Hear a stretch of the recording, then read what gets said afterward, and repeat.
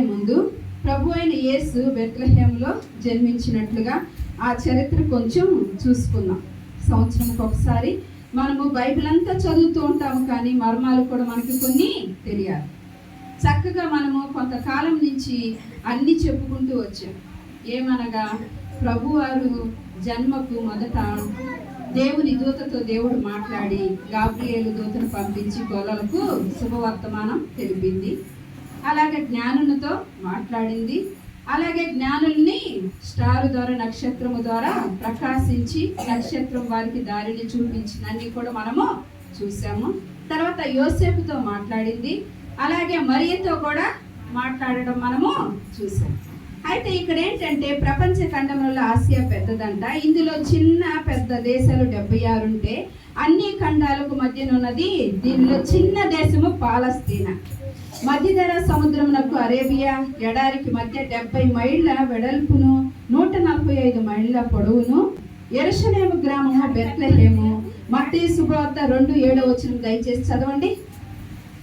ఇక్కడ చూసినట్లయితే ఎందుకంటే అనేక మంది మహాత్ముల పుట్టుక గురించి, గాంధీ గారి గురించి, అలాగే ఇందిరాగాంధీ గారి గురించి, మదర్ తెరీసా గురించి, ఇంతమందిని గురించి ఎంతో, ఇంకా దేశాన్ని ఏలిన పరిపాలించిన మనుషుల గురించి ఎంతో చెప్పుకుంటాము. కానీ ప్రభు వారి గురించి కూడా చరిత్ర గురించి ఎలా తెలియజేస్తుందో మనము వినాలి. మత్తయి శుభవార్త అంటే ఏంటంటే హేరోదు రాజు ఎలాగైనా రాజు, నాకంటే యూదుల రాజు ఈ లోకంలోకి రాకూడదని యేసు ప్రభువుని బ్రతకనీయడం హేరోదు రాజుకి ఏమాత్రం కూడా ఇష్టం లేదు.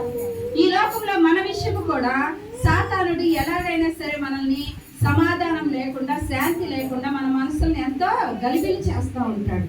కానీ ఇక్కడ అట్లాగే ఆ దేవుడు మరి యోసేపును మరియును కూడా వాళ్ళ మనసును గలిబిలి చేశాడు. దూత వచ్చింది, వాళ్ళతో మాట్లాడింది, వాళ్ళు ఎంతో ఇష్టపడ్డారు. కానీ రాజు ఎలాగ వాళ్ళని భయభీతికి చెందించి వాళ్ళని తరిమి అక్కడ జన్మించడానికి వీలు లేకుండా చేశాడు.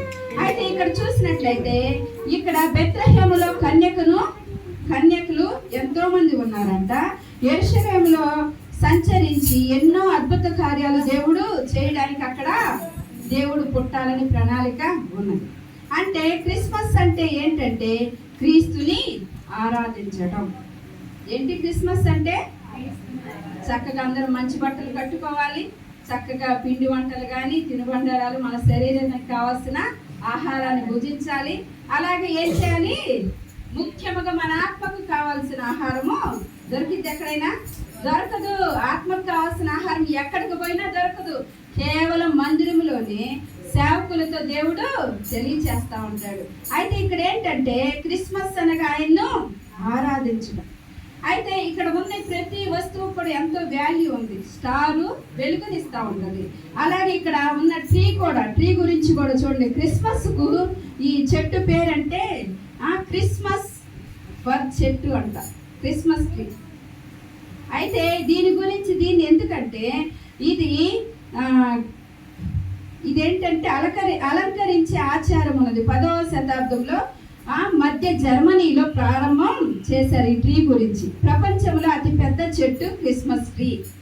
అయితే ఇక్కడ విలియం గాస్ అని ఒక వ్యక్తి ఏం చేశాడంటే ఇక్కడ హిల్లర్ అనే పార్కులో ఈ ట్రీని 91 అడుగుల ఎత్తుతో తయారు చేసి గోల్డ్తో మనం ఏం చేసాం, ఏదో మనకున్న స్తోమతను బట్టి మనము తీసుకున్నాం. వాళ్ళు ఏం చేస్తారంటే వాళ్ళకున్న వాటిలో కొంచెం గోల్డ్ను అమర్చి ఆ ట్రీని పెడతా ఉంటారంట. అయితే ఇదంట 91 అడుగుల ఎత్తు, 120 చదరపు అడుగులు కలిగిన ప్రదేశంలో ట్రీని తయారు చేసి ఎంతో మంది స్తుతి ఆరాధన చేస్తారు. అంటే దేవుడి పుట్టుకకు అన్ని విలువ కలిగినవి. తర్వాత చూస్తే ప్రతి క్రిస్మస్ రోజు ఆ వృక్షాన్ని బంగారం, వెండి ఆభరణములతో అపురూపముగా వస్తువులతో దగదగ మెరిసే రంగులు దానికి వేస్తారనమాట. అయితే ఆ రోజు వేలాది యాత్రికులు దేశ విదేశాల నుంచి తండోపతండాలుగా ఆ ట్రీని చూడడానికి వెళ్తూ ఉంటారు. ఎక్కడికి? జర్మనీ ప్రాంతానికి. అయితే ఇక్కడ క్రిస్మస్ ట్రీ ఎంతో ఉల్లాసాన్ని కలుగు చేస్తుంది. చెప్పండి, క్రిస్మస్ ట్రీ ఉల్లాసం ఉందా లేదా? మందిరంకే కళ వస్తుంది. ఆ ట్రీ చిన్నది కానీ పెద్దది కానీ ఆ ట్రీ పెట్టగానే చూడగానే మనకి ఎంతో కళాకాంతులతో ఉంటది. కాబట్టి ఇక్కడ దేవుడు ఏం చేశాడంటే ఈ ట్రీ ద్వారా దేవుడు ఆ కల్వరి ట్రీగా ఆయన పశ్చాత్తాపను కలుగు చేయడానికి పశువుల పాకలో జన్మించడానికి ఆయన ఇష్టడుగా ఉన్నాడనమాట. అయితే తర్వాత క్రిస్మస్ తాత గురించి చూస్తే క్రిస్మస్ తాత వేడుకలలో ఎంతగానో చిరస్థాయిగా నిలిచి ఉన్నాడు. అయితే ఈయన శాంతా క్లాస్ గా పిలువబడతా ఉన్నాడు. తాత ఏంటంటే ఈయన ముఖ్యమైన పాత్ర ఏంటంటే బహుమతులు పంచడం, బహుమతులు ఇవ్వడం.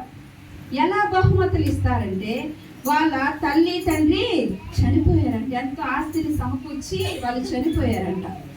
చిన్న వయసులోనే చనిపోయినప్పుడు ఆయన జీవితాన్ని ఎంతో భద్రపరుచుకొని ఎలాగని ఈ ఆస్తిని నేను ఇంకా ఎక్కువ చేసుకోవాలనే ఆలోచన ఏమాత్రం లేక ఏం చేశాడంటే ఆ ఆస్తిని అంతటిని కూడా పేదలకు, లేని వారికి, దిక్కు లేని వారికి సహాయం చేయడానికి ఏం చేశాడంటే అందరికి కనపడాలని కాదు.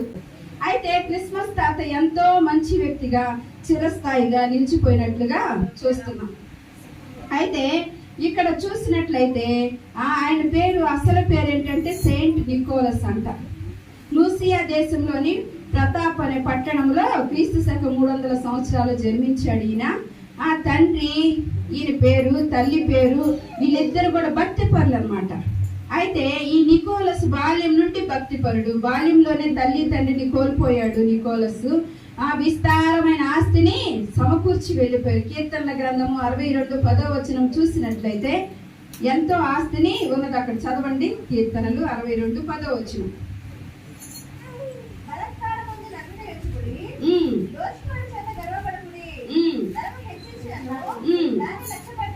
ధనము హెచ్చించినను దాన్ని లక్ష్య పెట్టకుడి.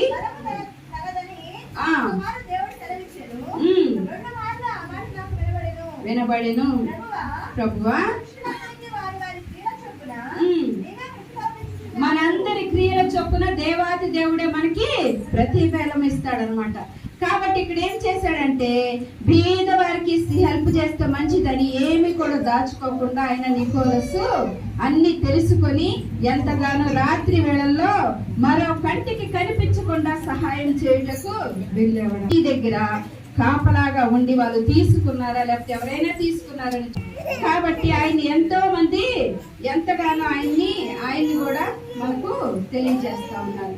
కాబట్టి ప్రభువారి పుట్టుకకు ఎంతో అయితే కొన్నిసార్లు చెప్పాము, మీ అందరూ కొంతమంది లేరు.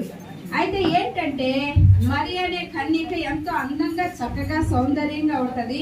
ఆ గ్రామంలో మరియ తండ్రి అయిన దేవునికి ఎంతో ఇష్టమైనది. అయితే నిశ్చితార్థం జరిగిన తర్వాత ఒక సంవత్సరం పాటు వివాహం జరగకుండా యోసేపు వాళ్ళ బంధువు దూర ప్రాంతంలో అక్కడక్కడే ఉంటారు. ఎందుకు సంవత్సరం పాటు దూరం ఉంచారంటే యోసేపు కష్టపడి ఆయన పని చేసి ఆ ధనము తీసుకొచ్చి, ఇప్పట్లో మనము మగవానికి కట్నం ఇవ్వాలి, అప్పట్లో అట్లా కాదంట. మగవాడు కష్టపడి పని చేసి కూలి చేసైనా ఏ పని చేసైనా ఆడవాళ్ళకు కట్నం ఇచ్చి చేసుకోవాలి. కాబట్టి సంవత్సరం వ్యవధి ప్రధానమైన పిమ్మట సంవత్సరం ఆపేశారు అనమాట. అట్లా ఆపిన తర్వాత దేవుడు ఇరుగురితో గాబ్రియేలు దేవదూతతో మాట్లాడి వాళ్ళతో ఇష్టం కలుగు చేసి ఎలాగైనా వివాహం చేసుకొని దేవుని పేరు నిలబెట్టుటకు మరియా యోసేపు నిలబడినట్లుగా చూస్తున్నాం. అయితే మన పరిశుద్ధ గ్రంథంలో కూడా మన పాత నిబంధన, కొత్త నిబంధన ఉన్నది. పాత నిబంధన అయిపోయిన తర్వాత 400 సంవత్సరాలు వ్యవధించారంట. ఎందుకంటే 400 సంవత్సరాలు మనుషులు దేవుడు లేకుండా ఎలా ఉంటారు అని కనుగొనడానికి 400 సంవత్సరాలు సమయము దేవుడు అట్టి పెట్టాడంట మనల్ని చూడడానికి. కానీ ఏ ఒక్కరు కూడా దేవుని ఎవరు కూడా ఆలోచించలేదంట. సృష్టికర్తను స్మరణకు అస్సలు తెచ్చుకోలేదంట.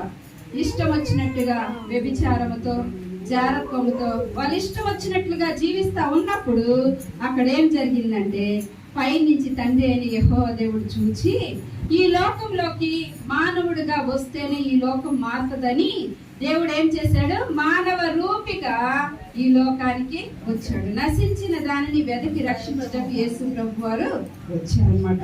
కాబట్టి ఇక్కడ ఏంటంటే దేవుడు చెప్తున్న మాటలు ఏంటంటే లూకా శుభవార్త 2:14 చూస్తే సర్వోన్నతమైన స్థలములలో దేవునికి మహిమయు ఆయనకి ఇష్టమైన వారికి భూమి మీద సమాధానం.